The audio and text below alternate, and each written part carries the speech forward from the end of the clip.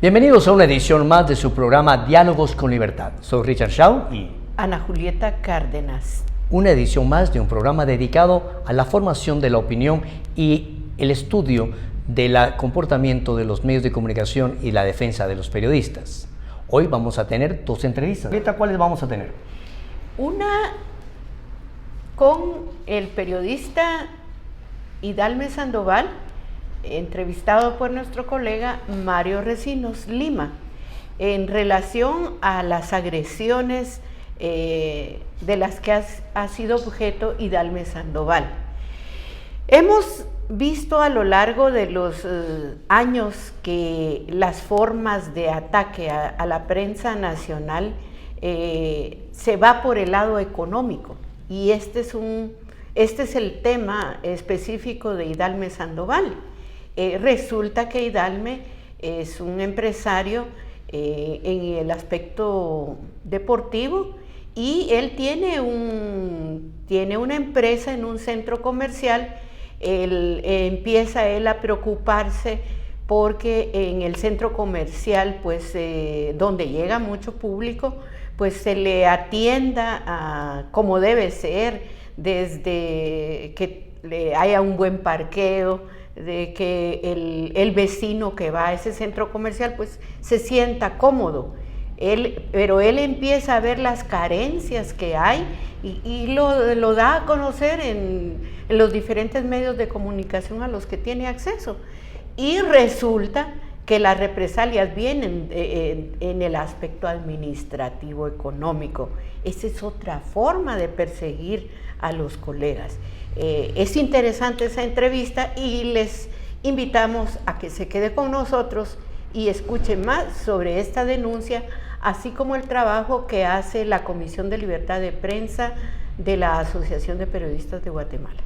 Bueno, además les vamos a compartir una interesante entrevista que hizo mi colega Ana Julieta Cárdenas a la presidenta de la Cámara Guatemalteca de Periodismo, la licenciada Elsie Sierra. Vamos a analizar temas como libertad de expresión, violencia contra periodistas, la evolución de la comunicación, en fin. Son dos entrevistas que ustedes, amigos que nos escuchan a través de Radio Universidad y a través de los medios alternativos y de las multiplataformas de APG, van a tener acceso. Así que, sin más, vamos a entrar con la primera entrevista.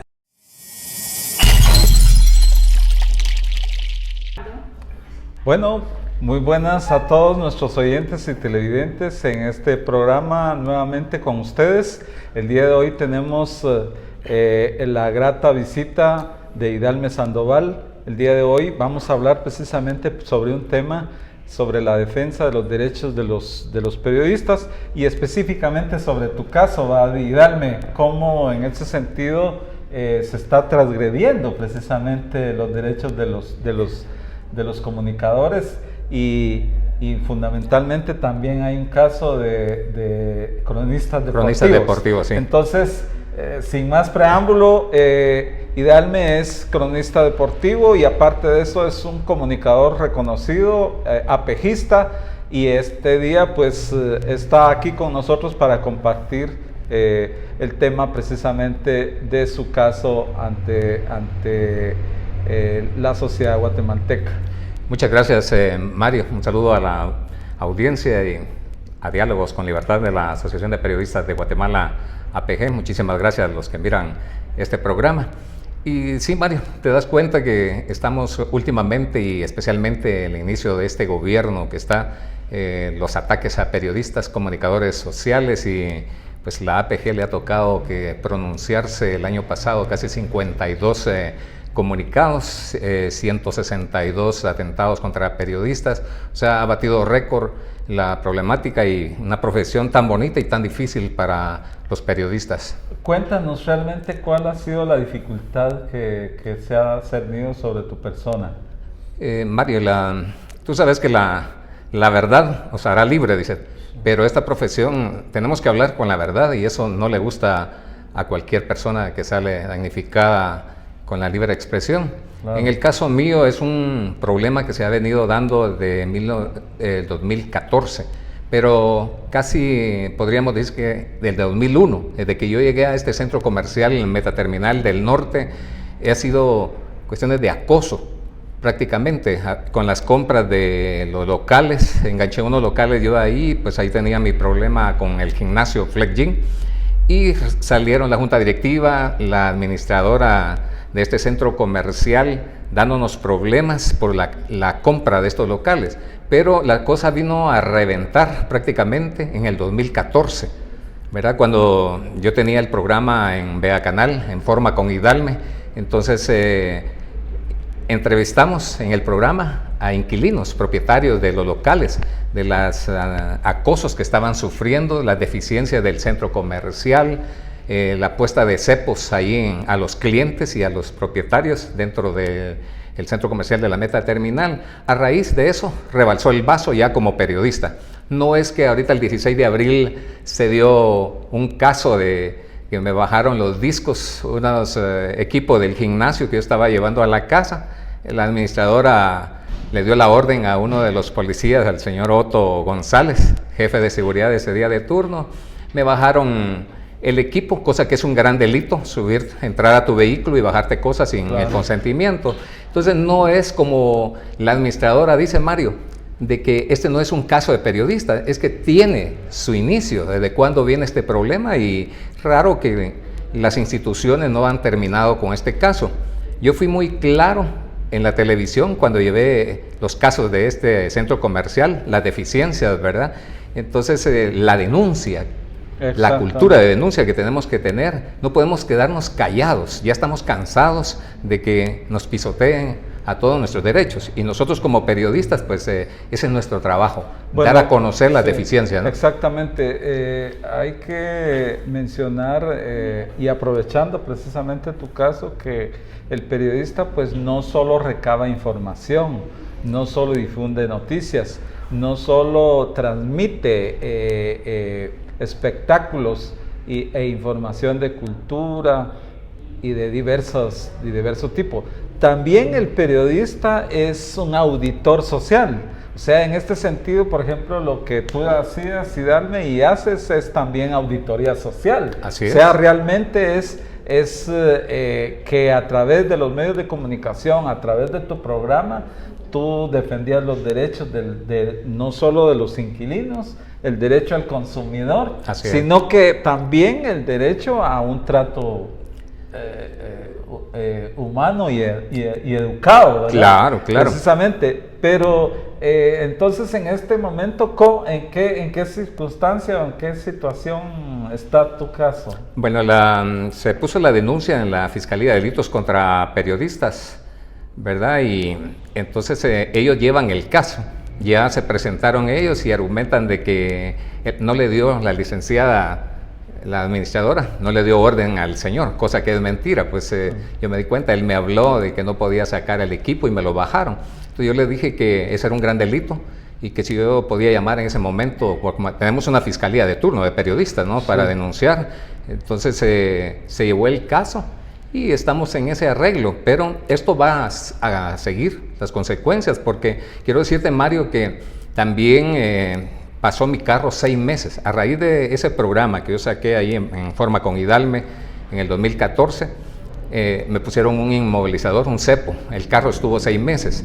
A raíz de eso llegó el Ministerio Público con un acta, comprobaron que el carro tenía el cepo en el lado izquierdo.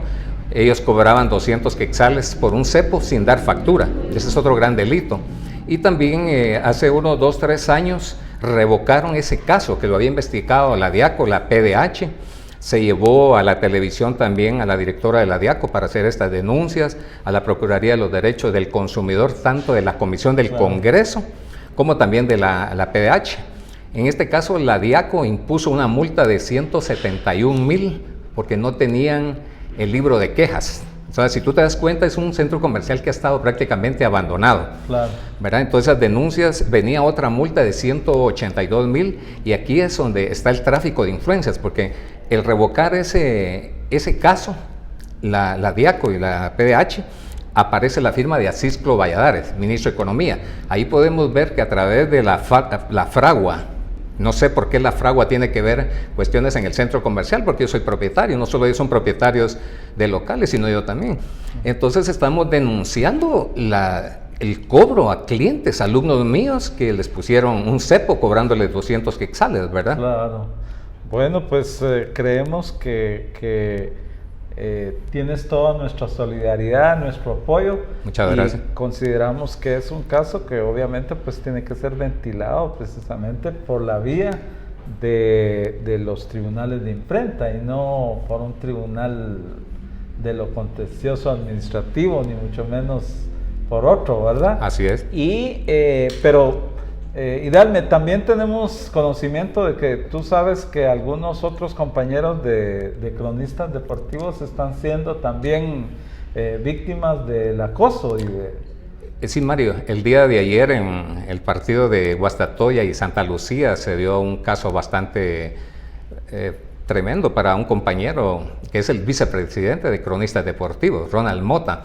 También cronistas nos pronunciamos con un comunicado, al igual que agradecemos a la APG, a la Comisión de Libertad de Prensa, a la Junta Directiva que ha aprobado ese comunicado apoyando, porque sí se ven que hay golpes al compañero allí en lo que fue el partido de Guastatoya el día de ayer, que perdió 2-1.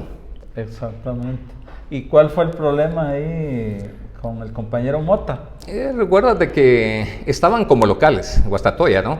Y perdieron 2-1, me imagino. No, estos eran guardaespaldas, según nos enteramos nosotros, del señor alcalde.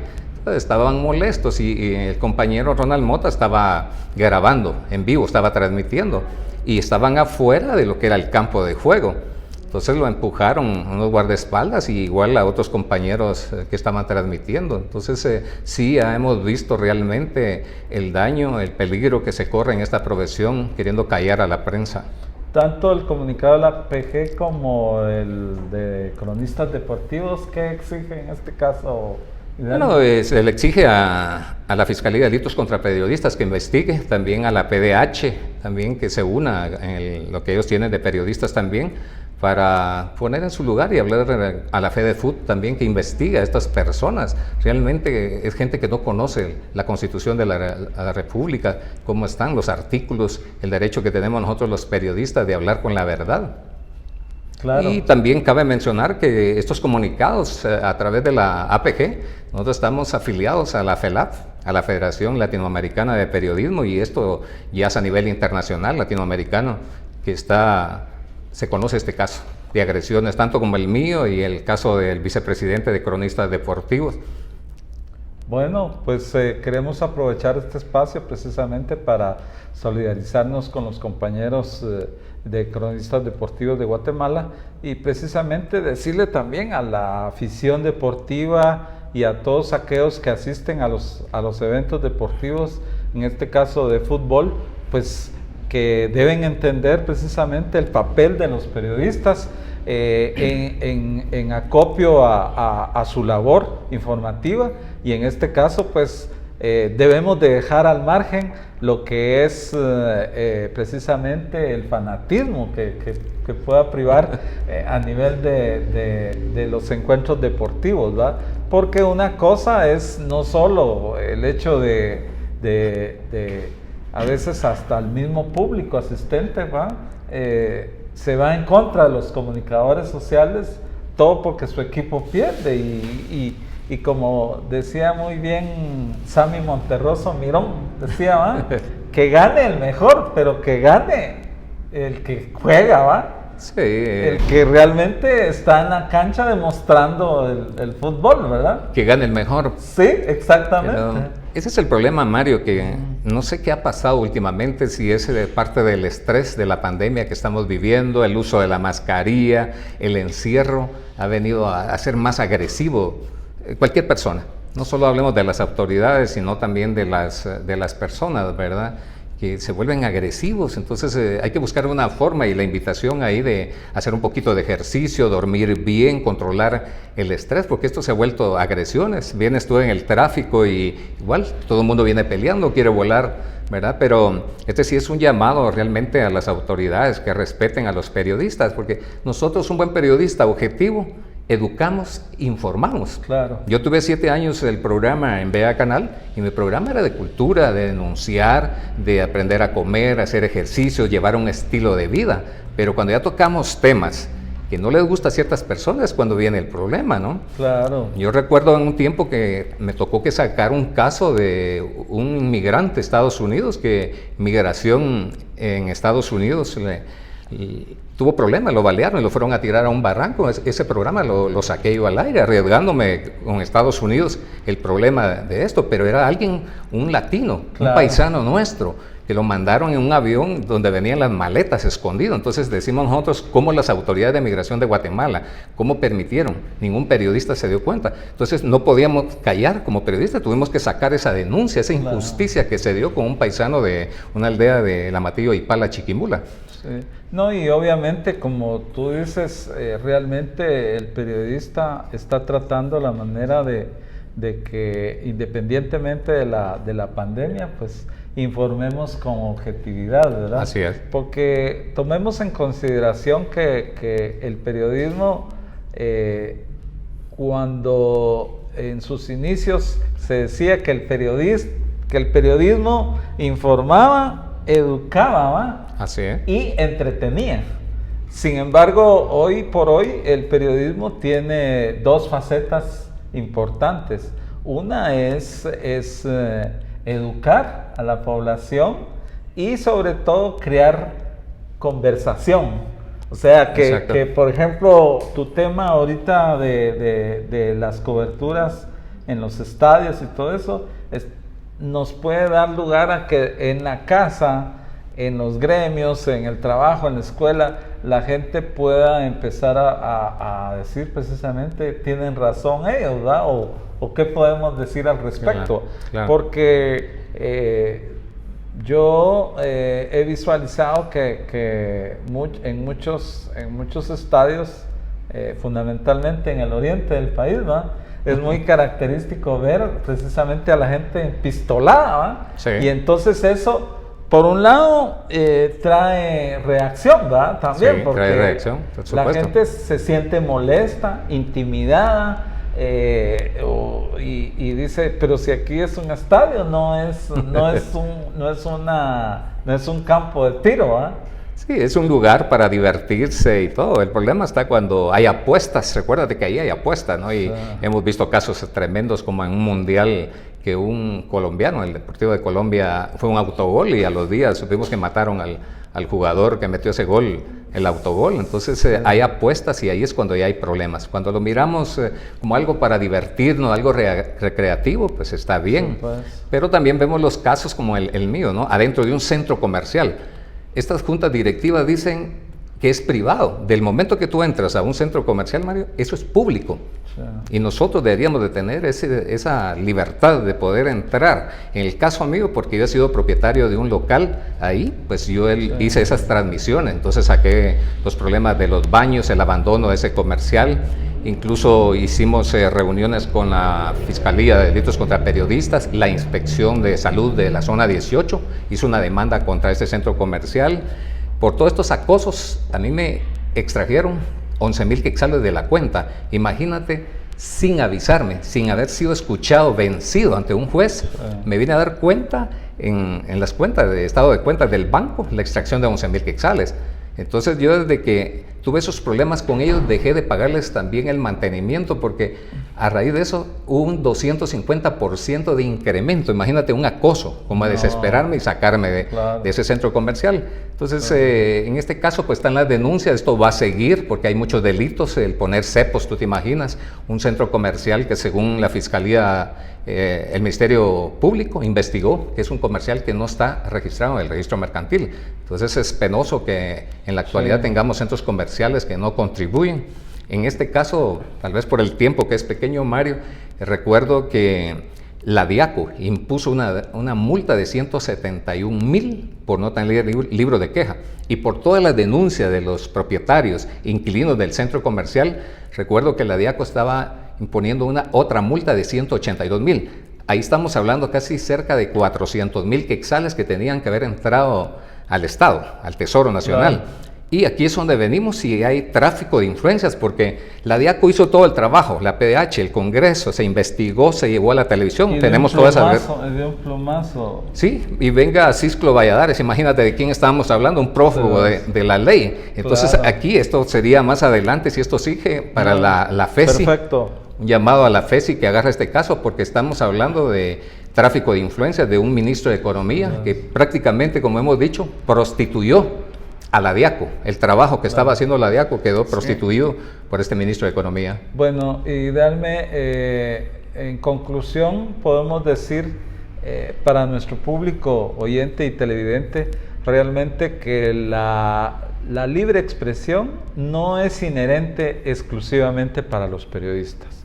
Es un derecho inalienable de todo ciudadano, y en ese sentido, por ejemplo, podemos decir que hasta los centros comerciales están vulnerando precisamente el derecho a la libre expresión, como lo es también la ley esta de ONGs, que muy próximamente vamos a estar hablando precisamente de esto, porque no es solo vulnerar o controlar a las ONGs, sino que es un atentado visiblemente en contra de la libertad de expresión, que es, como lo menciono, un derecho inalienable de toda la sociedad guatemalteca. Entonces, muchísimas gracias. Gracias, Mario, por la entrevista a Diálogos en Libertad. Muchas gracias. Un saludo para la audiencia. Bienvenidos a un programa más de Diálogos con Libertad, la voz institucional de la Asociación de Periodistas de Guatemala, APG, que se expresa por diferentes plataformas de comunicación, agradeciendo a la Radio Universidad 92.1, la voz de la academia. Estamos en este espacio agradeciendo que en el 2021 cumplimos 10 años de estar al aire, y ahora en nuestra plataforma, nuestro canal de YouTube. En esta oportunidad nos acompaña una directa amiga, la presidenta de la Cámara Guatemalteca de Periodismo, Elsie Sierra de Durán, una mujer con amplia trayectoria académica, también en los medios de comunicación, especialmente en la televisión abierta, además catedrática universitaria y también directora de comunicación de la Universidad Regional, de la escuela. Sí, la academia la tenemos, es una academia de Mentec en unión con la Universidad Regional de Guatemala, así es. De comunicación. Pues bienvenida a este espacio. Nos tardaríamos medio programa para dar a conocer su hoja de vida, que es amplísima. Entremos en materia. Muchísimas gracias por estar en este espacio de la Asociación de Periodistas de Guatemala, tu casa. Gracias Julietía. Tú sabes que en lo personal le tengo un gran cariño a la Asociación de Periodistas de Guatemala, sobre todo por las personas que están ahí, amigos, colegas de muchos años, de quienes hemos aprendido, también seguimos aprendiendo y seguimos en la lucha por un mejor periodismo en el país. Entremos en materia. Recientemente acudimos a tu toma de posesión, un acto sobrio, sencillo, y en el que tú te fijaste metas para este año como la persona que dirige los destinos de la Cámara Guatemalteca de Periodismo. ¿Cuáles son tus metas en el ámbito formativo para los colegas? Bueno, te cuento, Julietía, en el 2013 al 2014, 2014 a 2015 tuve la oportunidad de estar en la presidencia de la Cámara de Periodismo y le dimos mucho énfasis al tema de las capacitaciones y profesionalizaciones, sobre todo de los periodistas del interior del país. Esto continuó con las otras presidencias, lo cual me alegra mucho, porque el periodista, el comunicador en general, tenemos que estar en constante capacitación por los cambios, no solo tecnológicos, sino también en las formas de hacer comunicación. Entonces, Yo tengo 3 puntos importantes para mí que son los que quiero lograr. En esa misma época, junto con la APG, nosotros iniciamos una lucha que era conseguir la ley de protección para periodistas. Esta todavía está engavetada, sabemos que está en este momento en el Ministerio de Gobernación, una lucha que no solo tuvimos también con la APG, sino nos acompañaron otras instancias de prensa, pero la APG estuvimos, ¿verdad?, codo a codo buscando lograr hacer esta ley. La propuesta está hecha, tal vez tendrá que hacerse algunas modificaciones, algunos cambios, por los cambios que se han dado en los últimos años en los tiempos periodísticos y de comunicación, pero esa es una de mis metas, sacar esa ley de protección a periodistas que tanta falta nos hace, principalmente a los periodistas del interior de la República, que tienen que trabajar con temas muy difíciles y complicados, desde problemas sociales de su localidad, temas que están relacionados con el narcotráfico o el crimen organizado, y es importante esa ley para nuestro país. Me gustaría hacer un pequeño homenaje aquí a Ileana Alamilla, quien fue parte fundamental en el escribir, en el redactar, en el proponer y después invitar a los colegas de diferentes entidades de prensa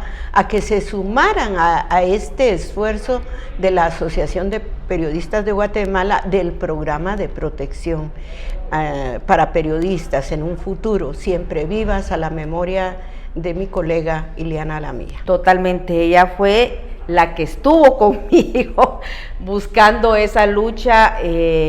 Nos reunimos, incluso recuerdo, con UNESCO, ¿verdad? Buscamos información de otros países que ya tienen esta ley de protección de periodistas. Se evaluó y se analizó dónde está funcionando y por qué está funcionando o por qué no está funcionando. La verdad es que Ileana fue una gran amiga, una gran colega y luchadora por los periodistas de este país.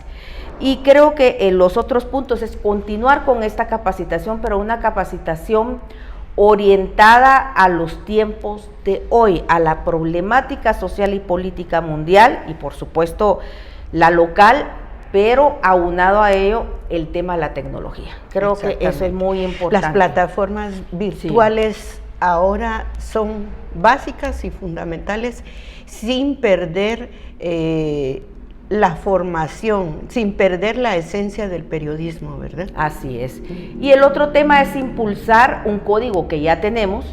Es el primer código de periodistas y comunicadores. En su momento se repartió a los diferentes, eso lo hicimos también en la Cámara. Se compartió con los diferentes medios de comunicación, con algunas universidades, pero creo que se dejó también en el baúl de los recuerdos. Queremos retomar eso nuevamente, porque no solo se trata de que los periodistas o los comunicadores exijamos y andemos con la bandera ondeándola de la libertad de expresión. Tenemos responsabilidades. Ética. Exacto. Y hay un gran problema que yo he estado señalando, y es que muchos periodistas, tal vez no muchos, pero hay periodistas que están bajo esa bandera pero realmente no haciendo periodismo, están haciendo activismo. Exactamente. Y con periodismo no podemos hacer activismo, ni de un bando, ni de otro bando, ni de un tercer bando, pero lamentablemente se cree que por luchar por la justicia se puede hacer activismo, y eso no es posible. Entonces queremos retomar ese tema también. El código deontológico de los periodistas. Así es. ¿Verdad? Así eso es fundamental en nuestra profesión, porque somos formadores de opinión pública. Tenemos sobre nuestros hombros una gran responsabilidad, y la academia es fundamental. Sí. Cuéntame de tu experiencia en la academia, Elsie. Bueno, creo que dentro de las actividades o roles que esta profesión me ha permitido ejercer, una de las más satisfactorias es la academia. Tengo más de 23 años de impartir cátedra en la universidad, en diferentes universidades del país, pero ahora tuve la oportunidad de crear un proyecto en diferentes instancias de comunicación, preparando desde diplomados hasta técnicos, licenciaturas y ahora una maestría. Pero algo que nos dábamos cuenta nosotros es que muchas veces teníamos toda la preparación académica que es necesaria. Esta siempre va a ser necesaria, una cultura general, pero también la parte práctica a veces nos hacía falta. Entonces estamos ofreciendo esta opción de que junto a la academia vaya a la práctica, al mismo tiempo, desde el primer semestre de la carrera, ya sea producción audiovisual, periodismo o comunicación digital y community manager, marketing y publicidad, cada quien con su licenciatura también, pero que al mismo tiempo vaya la parte práctica. Entonces creo que esto es algo importante y sobre todo el tener la oportunidad de hacer prácticas, nuestras prácticas finales en el técnico y en la licenciatura en medios en el exterior del país, para que se tenga también esa experiencia de cómo trabajan los colegas fuera y nos demos cuenta que no hay mucha diferencia, otras formas de hacerlo sí, pero que pueden enriquecer nuestro trabajo. Entonces ha sido una experiencia muy positiva, con la esperanza de que tengamos nuevos profesionales de la comunicación en otras áreas, ¿verdad? Y sobre todo en la parte técnica que tanta falta nos hace en los diferentes medios de comunicación. Y no solo eso, que vean ellos, los jóvenes, que tienen la oportunidad de crear sus propios medios. En Guatemala estamos pasando una crisis en este momento de medios de comunicación, las salas de redacción se han hecho más pequeñas, otros medios de comunicación han desaparecido, exacto, ¿verdad? Otros han tenido que fusionarse y esto se está viviendo a nivel mundial. Entonces es importante que también todos aquellos que se están especializando o que ya son periodistas o comunicadores tomen otras áreas que son importantes hoy en día. ¿Cómo analizas la prensa a nivel Centroamérica? Hay una perspectiva por ahí que dice que los guatemaltecos estamos mejor que en la región. ¿Cómo lo analizas tú? Bueno, yo creo que Guatemala es el país más grande de Centroamérica. Tenemos el PIB más grande de Centroamérica. Por ende, la inversión en la educación debiese ser mejor, ¿verdad? Pero no es así. No es así. Sin embargo, sí tenemos que reconocer que el trabajo periodístico en Guatemala es mucho mejor a comparación de otros países centroamericanos. Costa Rica hace muy buena televisión y hace muy buen periodismo de investigación, por ejemplo, en el grupo La Nación, ¿verdad? Tienen un equipo especializado para eso, donde especializan a los periodistas y tienen la inversión que se requiere para poder hacer un periodismo de investigación. De hecho, Yanina Siniani, una de las mejores investigadoras de Costa Rica, pues ha sido galardonada a nivel internacional y actualmente está trabajando incluso para Naciones Unidas en Nueva York por algunos atentados que sufrió en Costa Rica, porque gracias a los artículos e investigaciones de ella, 3 expresidentes de Costa Rica estuvieron en la cárcel, tal vez algunos meses, pero lograron de alguna manera comprobar actos de corrupción en este sentido. Entonces, por supuesto, tenemos un mejor periodismo, sin embargo, tengo que rescatar que países como El Salvador, por ejemplo, televisoras pequeñas de sus departamentos, ¿verdad? O de sus poblados, están haciendo un periodismo increíble. Ahí tenemos el Faro también, como un periodismo de investigación bastante importante, ¿verdad? Ahorita estamos evaluando también, porque recordemos que la familia Simán es la que está de alguna manera manteniendo el medio. Entonces, son las cosas que nos hacen dudar en algún momento dado, pero los medios necesitan vivir de la publicidad, para poder pagarles a los reporteros, a los camarógrafos, a los iluminotécnicos, a los redactores. O sea, no tenemos de otra, ¿verdad? Son empresas de alguna manera privada, pero que están haciendo un buen trabajo, ¿verdad? Sí, Guatemala tenemos reconocidos periodistas. Lo que preocupa ahora, insisto, es el activismo disfrazado de periodismo. ¿Cómo ves la objetividad? ¿Existe o es una quimera? Es una quimera, ¿verdad? Yo creo que lo que podemos buscar en el periodismo es veracidad, exacto, lo más apegado a la realidad. Pero objetividad es muy difícil, porque el mismo titular te lo puede colocar una persona de una manera y otra persona de una manera tal vez más espectacular, pero es el mismo contenido y es el mismo tema. ¿Por qué? Porque siempre va a ir el corazoncito o la forma de ver según las características, la cultura, la educación de las condiciones de cada periodista, ¿verdad? Y aparte recordemos que también los medios de comunicación tienen sus líneas editoriales. Exacto. ¿Verdad? Entonces, y eso es aquí y en cualquier país del mundo. Exacto. Elsie, ¿qué les recomiendas a los estudiantes apasionados del periodismo y de los más media en general? Primero, capacitarse.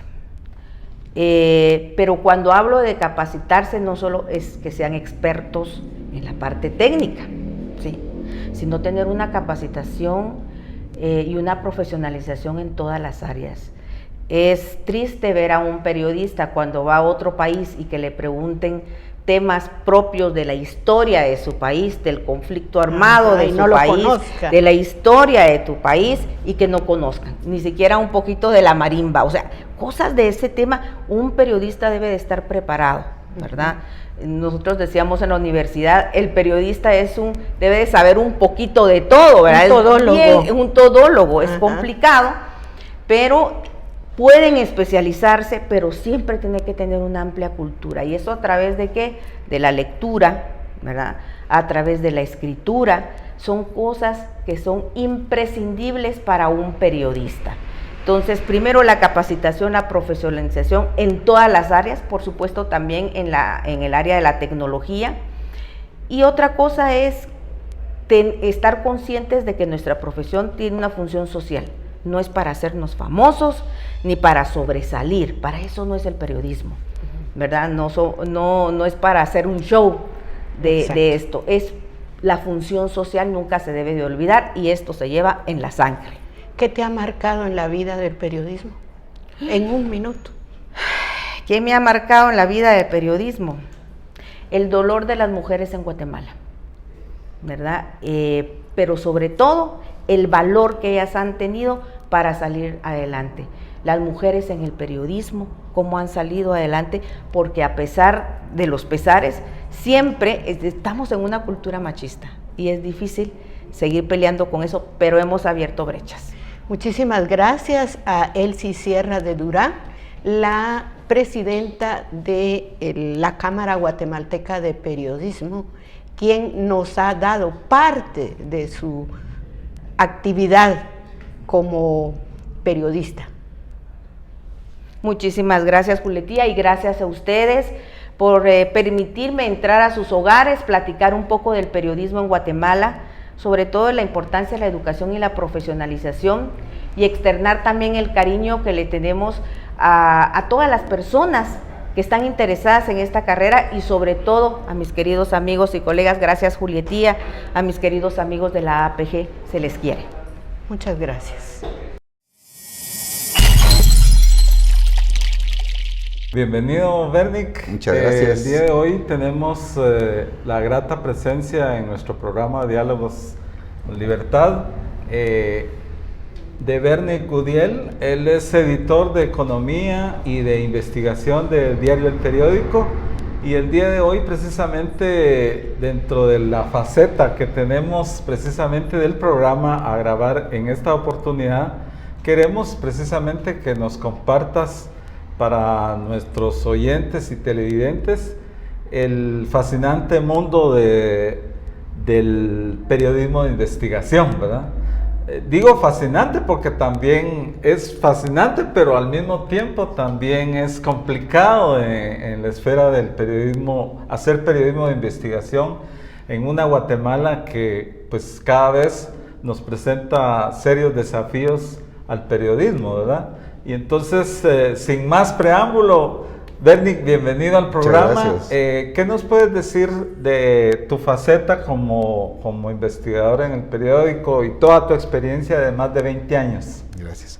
Pues mira, digamos que yo me llegué a esta profesión de periodismo quizás un poquito de casualidad, ¿verdad? Hace 20 años.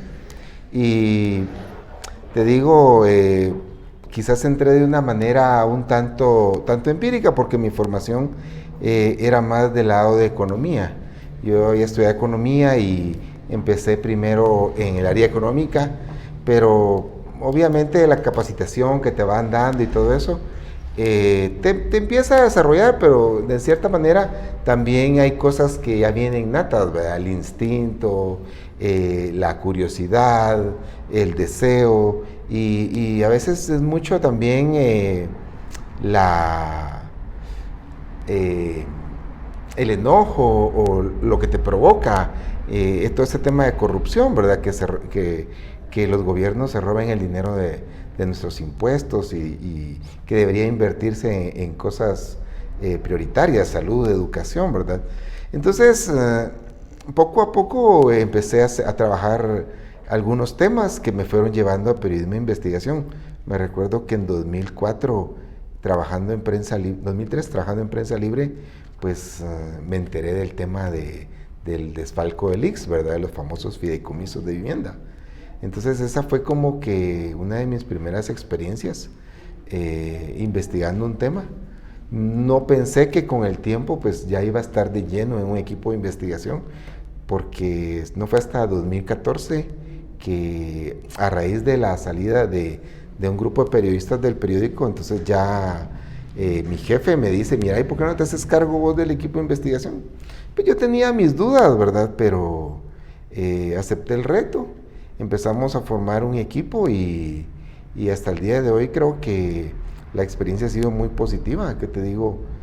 Por año son 54 semanas que tenemos que cubrir temas de investigación. Son 54 temas al año mínimo, más otros temas que se dan atemporales. Y te digo, solo temas que se publican, porque muchas investigaciones no llegan a salir a la luz en algunos casos porque no se comprueba la hipótesis, no tenés suficientes pruebas, los temas también se pueden caer.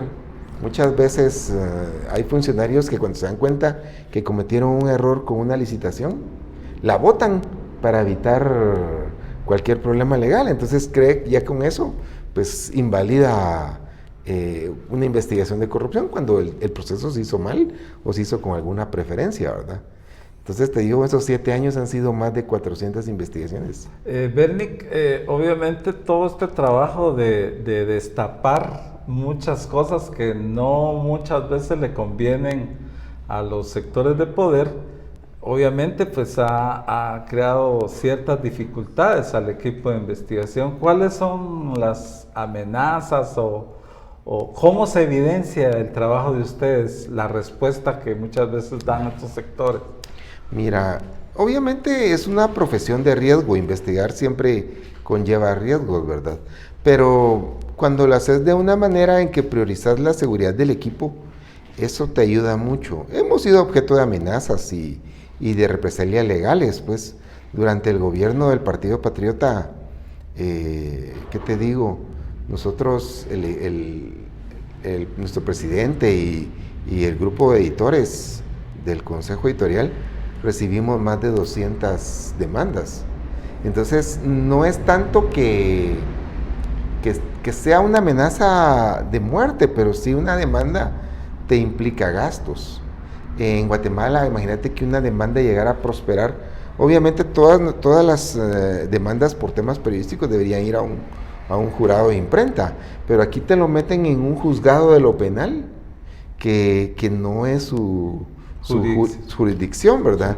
Entonces, eso no solo te conlleva desgastes, sino de repente el riesgo hasta de sufrir ¿cómo se llama? que te metan a la cárcel, pues. Mira, y lo que afecta a tu credibilidad también. Claro, Ese es el exactamente. problema. En este sentido, por ejemplo, ¿cuáles serían los casos más emblemáticos en donde ustedes han tenido realmente una repercusión en el medio nacional e internacional en el caso de investigación?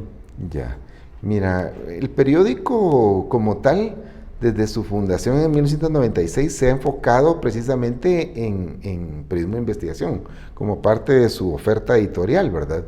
Entonces, a lo largo de todos estos 25 años, mencionarte temas me llevaría un montón de tiempo, pero sí han habido temas muy, muy importantes en determinado momento histórico, ¿verdad?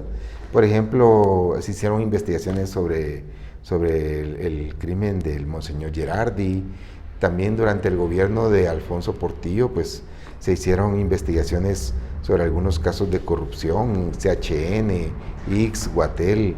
En el gobierno de Oscar Berchet también se hicieron investigaciones. En el gobierno de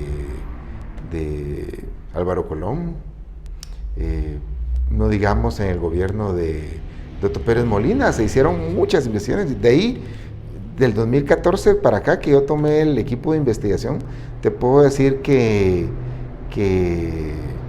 nos marcaron muchas de esas investigaciones porque nosotros rápidamente identificamos en ese gobierno, ¿verdad?, que se estaba dando un tema de robo estructurado. Era una gran estructura alrededor del presidente y el vicepresidente, dirigida por este señor, su secretario privado, Juan Carlos Monzón, y había una acumulación de capital increíble. Entonces, me recuerdo que publicamos muchos temas, ¿verdad?, sobre la finca del presidente en Zaragoza, Chimaltenango, los chalets que se habían construido en Monterrico, los helicópteros que estaban adquiriendo. Ahí en ese momento nosotros tuvimos suerte que muchas veces en investigaciones no se logra llegar o trazar la ruta del dinero, ¿verdad?, del dinero desfalcado. Y nosotros tuvimos suerte que rápido pegamos, no solo con los actores, los casos, las instituciones donde se estaba desfalcando, sino que llegamos a identificar los bienes que se estaban adquiriendo, ¿verdad? Entonces, como te digo, han sido muchos temas a lo largo de estos 25 años de periódico. Y ese trabajo de periodismo, de investigación, de ponerle el punto sobre las IES a la corrupción y a otros temas sobre la política en Guatemala, ha dado también lugar a una solidaridad internacional en el caso dado de que ustedes se han visto amenazados o limitados en ese sentido. Pues mira, sí hemos tenido mucho acompañamiento en momentos críticos, ¿verdad?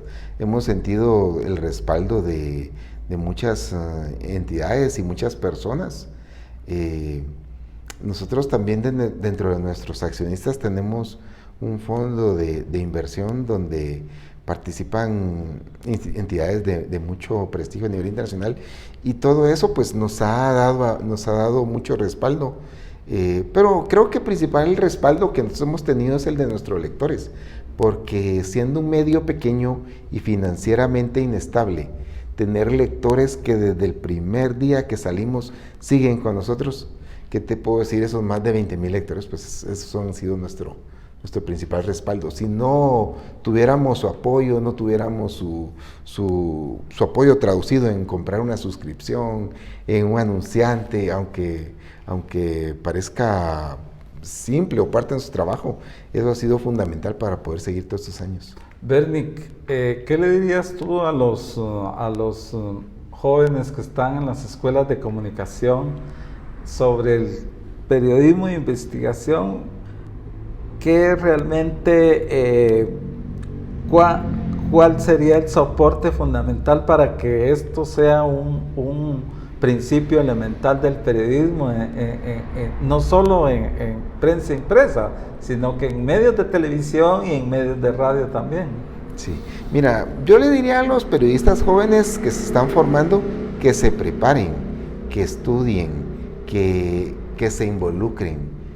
Ahora en los nuevos pensos de estudio de periodismo veo que ya se está implementando los cursos de periodismo de investigación, y me recuerdo que incluso nosotros cuando estudiamos en la Universidad Panamericana, de licenciatura en periodismo, el curso de periodismo de investigación consistía en hacer una investigación que eventualmente se podría publicar en algún medio. Entonces hay que prepararse, hay que aprender de referentes del periodismo. Nosotros pues tuvimos la oportunidad de recibir varios cursos con Daniel Santoro, periodista argentino muy reconocido, con Gerardo Reyes, periodista colombiano que ahora está en Univisión.